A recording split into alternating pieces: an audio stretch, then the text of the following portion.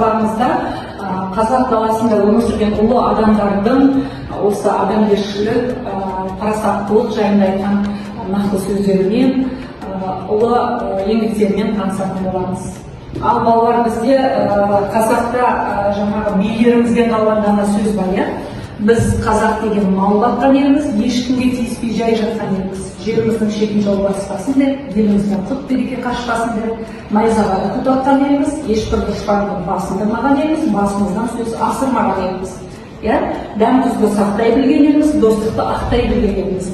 Осындай басынан сөз асырмаған, өр мінезді, намысшыл, ақыл парасаты мол, рухы биік ұлттың ұрпағымыз, және біз осындай ұлы халықтың ұрпағы болғанымызды әрқашан мақтан тұтуымыз керек.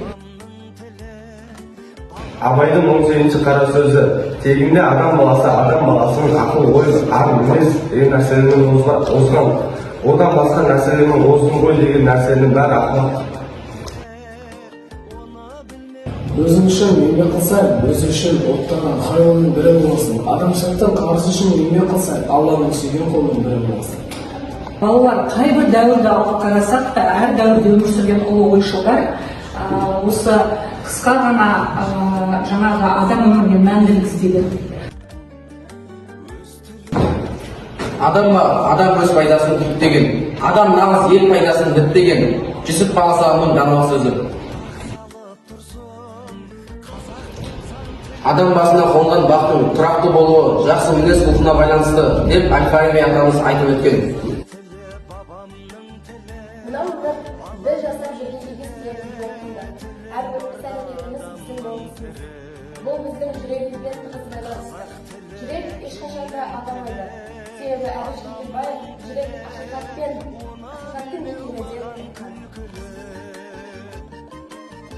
Адам өмірде келгеннен кейін ол өзі үшін емес, өзгелер үшін де өмір сүру қажет. Біздің өзіміздің ақылымыз, санамыз және де бізге берген керемет те күшті жұртқа көмектесу үшін қолдану керек. Егер және де сол өз мінездерімізбен халықты баулай алсақ, онда біз көпшіліктің ойынан шығып, өте керемет тұлға және де жақсы адам болып өсеміз. Адам жанының тазалығы, мейірімділігі, қайырымдылығы, жалпы адам бойындағы жақсы қасиеттер адамды бақытқа алып барады деген ойға келіп тіреледі. Балалар, сендер мынау 11-ші сыныпты бітіріп, үлкен өмірге аяқ басқалы отырсыңдар. Осы үлкен өмірде өздерінің жиған терген білімдерімен, ақыл парасаттарымен мына қоғамға үлкен пайда келтіріп, саналы азамат болып қалыптасады деген сенімдемін.